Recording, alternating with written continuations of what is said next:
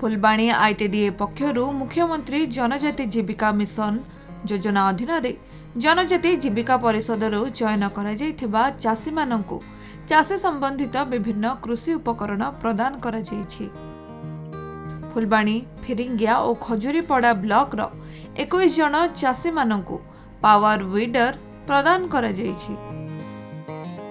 Phulbani ITDA परिसर रे ITDA प्रकल्प प्रशासक गदाधर पात्र चाषी मानंकु देइछंती एही कृषि यंत्रपाति। प्रति ब्लॉक रु 7 जन लेखाए चाषी को दिया जायछि एही सहायता।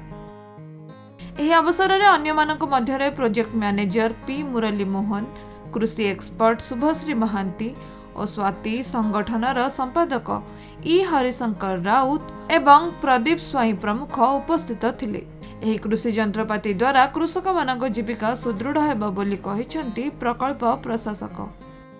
मुख्यमंत्री जनजीविका मिशन तरफ आमर फुलबाणी आईटीडी तरफ सुलभ मूल्य रे आमर पावर वीडर दिया जायछि। एटा देवा द्वारा आमर चाष बहुत उपकृत हेबो और आमर छोट छोट चाषी जेतिक अछंती या द्वारा चाष करके बहुत उपकृत हो पारिबे।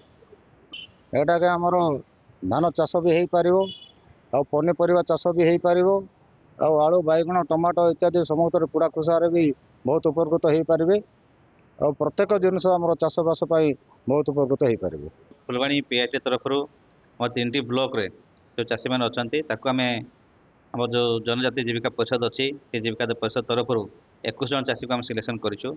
जो पावर वीडर दिया यहाँ हूँ मुख्यमंत्री जनजाति जीविका मिशन तरफ योजना दिया एसे नालापर चाषबास को आगे नहीं पारे। ता सहित आम जो डिपार्टमेंट अन्य जो लाइवलीहुड सपोर्ट रही से गुड़े आम कन्वर्जन हिसाब से देवु जहाँफल से अधिक उत्पादन करें और जीविका जीवन को आगे नहीं पारे। यहाँ आम जो फ्री ऑफ कॉस्ट दिया एवं फ्री ऑफ कॉस्ट नहीं यूटिलाइज करें। नालापर से घास उपाड़े घास उपाड़ा ता सहित आम जो आमर सीड डिस्ट्रीब्यूशन अच्छे सीड डिस्ट्रीब्यूशन आम देवु अन्य इनपुट सब्सिडी अच्छे से गुड़ा देवु।